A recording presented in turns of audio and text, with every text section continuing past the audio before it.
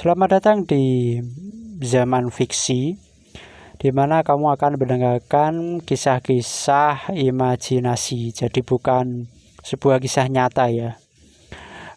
Di episode pertama ini aku akan membawakan sebuah cerita.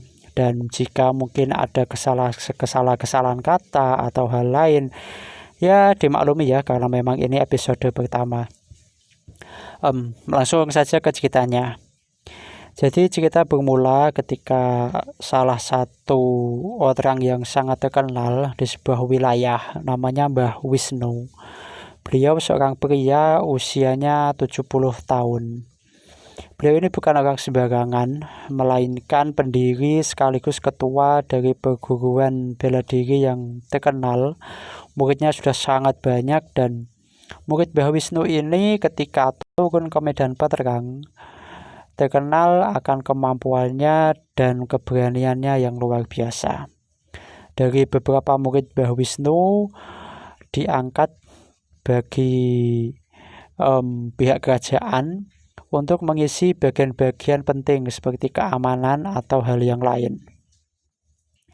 Meskipun Mbah Wisnu ini sudah terkenal dan mempunyai reputasi yang tinggi, tapi sekitar 1 tahun terakhir Mbah Wisnu ini kepikiran tentang siapa yang akan meneruskan perguruan bela diri miliknya. Karena perlu diketahui, Mbah Wisnu ini tidak mempunyai anak. Jadi, Mbah Wisnu secara langsung tidak mempunyai keturunan untuk mengatur perguruan bela diri yang dia dirikan. Hari demi hari, Mbah Wisnu terus kepikiran. Hingga suatu malam, Mbah Wisnu mendapatkan sebuah mimpi yang aneh. Dia berada di sebuah tempat yang semuanya serba hitam dan gelap. Di depannya ada 3 titik cahaya. Mbah Wisnu pun berjalan menuju cahaya tersebut. Semakin berjalan, semakin mendekat, cahaya itu semakin lama semakin besar dan semakin terang. Ketika telah sampai, Mbah Wisnu menyadari ternyata 3 titik cahaya itu merupakan gambaran wajah dari 3 muridnya yang sangat Mbah Wisnu kenal. Mereka adalah Soko, Wadi, dan Boko. Begitu melihat wajah-wajah itu, seketika Mbah Wisnu terbangun.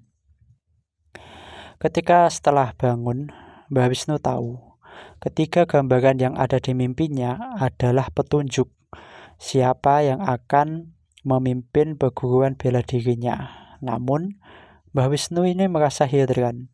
Kenapa ada 3 wajah, padahal Mbah Wisnu hanya butuh 1 sosok yang memimpin perguruan bela dirinya. Mbah Wisnu berpikir cukup lama hingga akhirnya menemukan sebuah ide.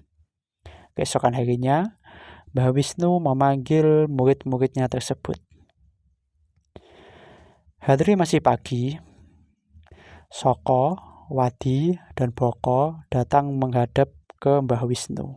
Lalu Mbah Wisnu mulai berkata, semalam dia bermimpi melihat wajah ketiganya. Lalu Mbah Wisnu ini menganggap bahwa ini adalah sebuah petunjuk. Tapi Mbah Wisnu hanya perlu 1 orang untuk menjadi penerus dari perguruan miliknya. Lalu Mbah Wisnu bilang, beliau akan melakukan sebuah ujian dan barang siapa yang lolos, maka dialah yang akan menjadi pemimpin.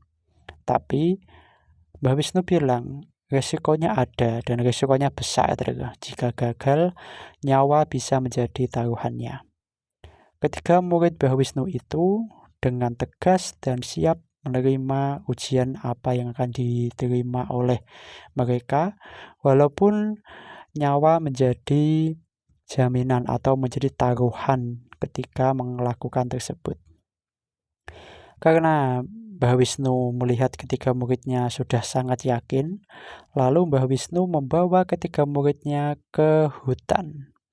Bukan sekedar hutan biasa, hutan itu hutan yang jarang dilalui oleh manusia.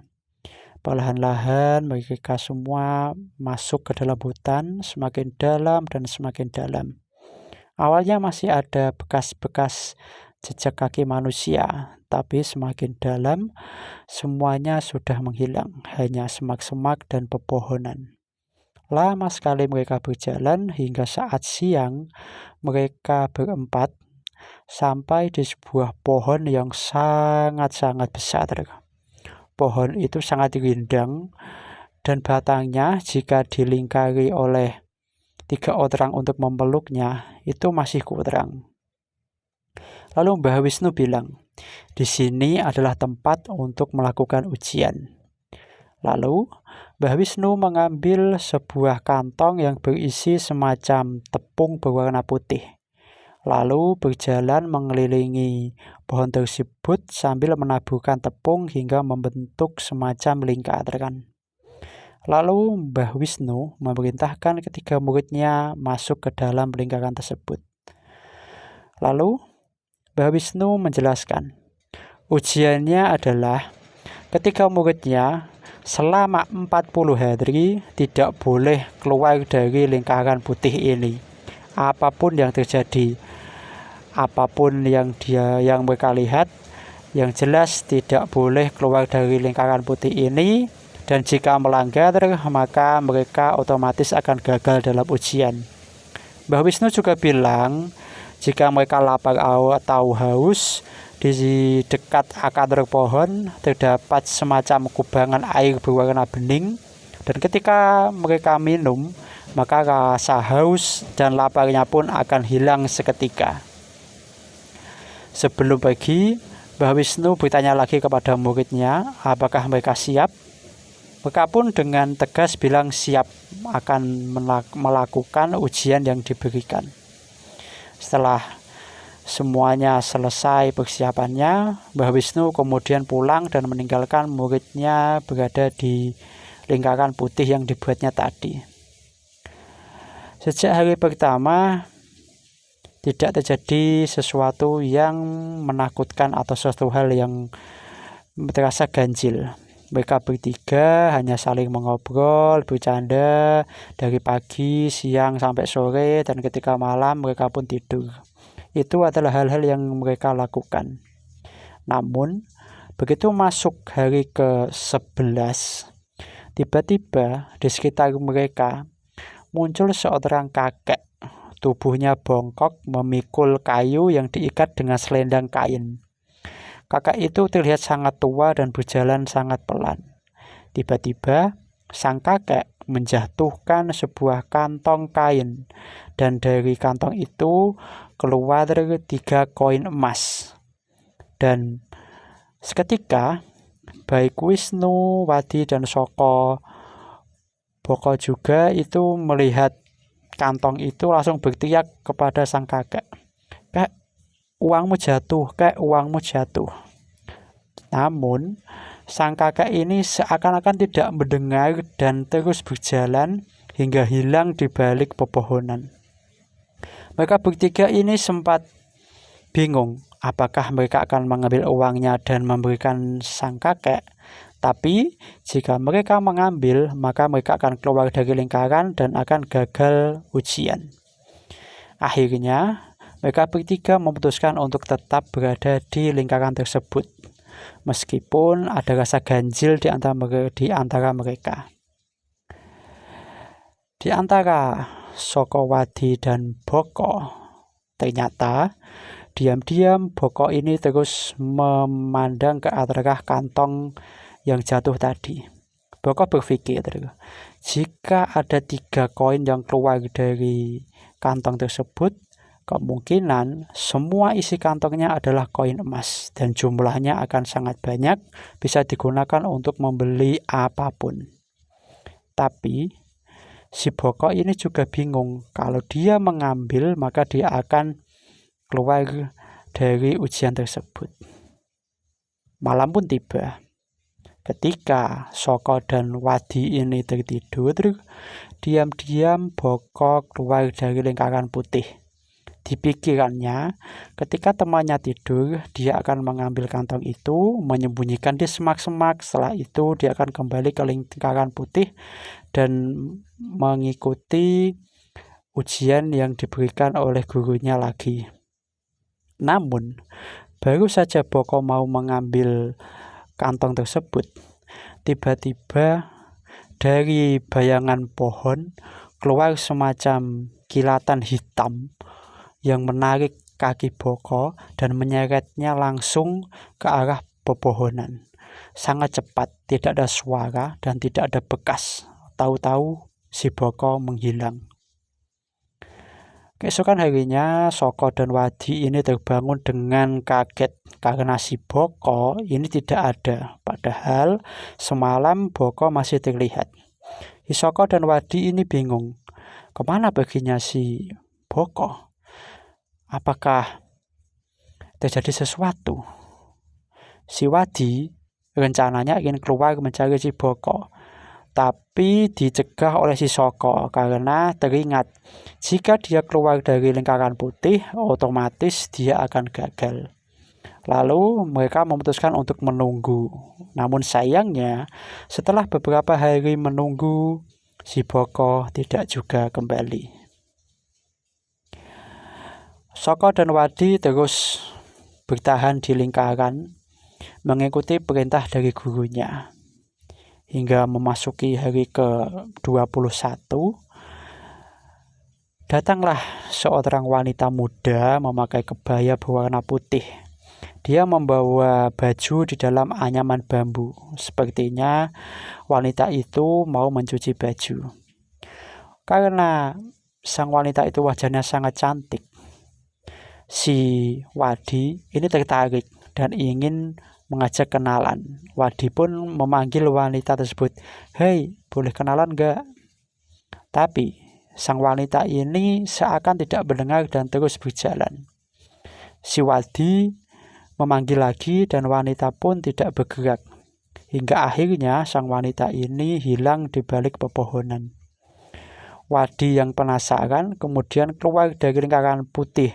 Namun si Soko ini mencegahnya. "Wadi, kamu jangan keluar. Ingat kata-kata dari Mbah Wisnu."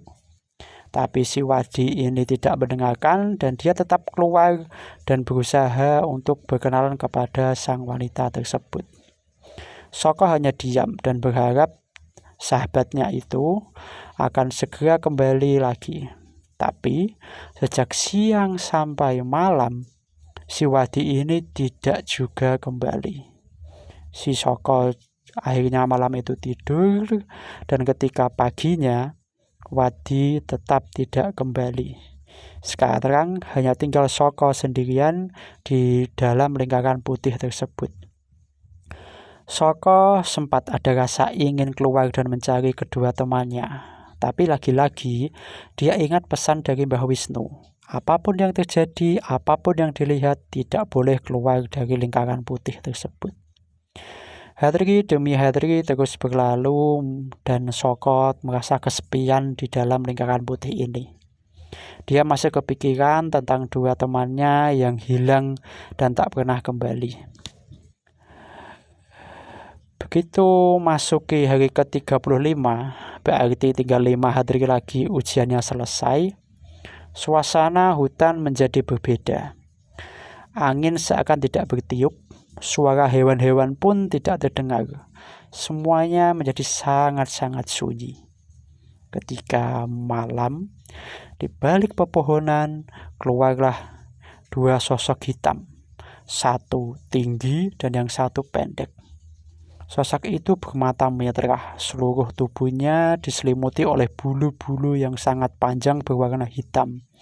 Sosok itu juga terlihat memiliki taring yang sangat tajam.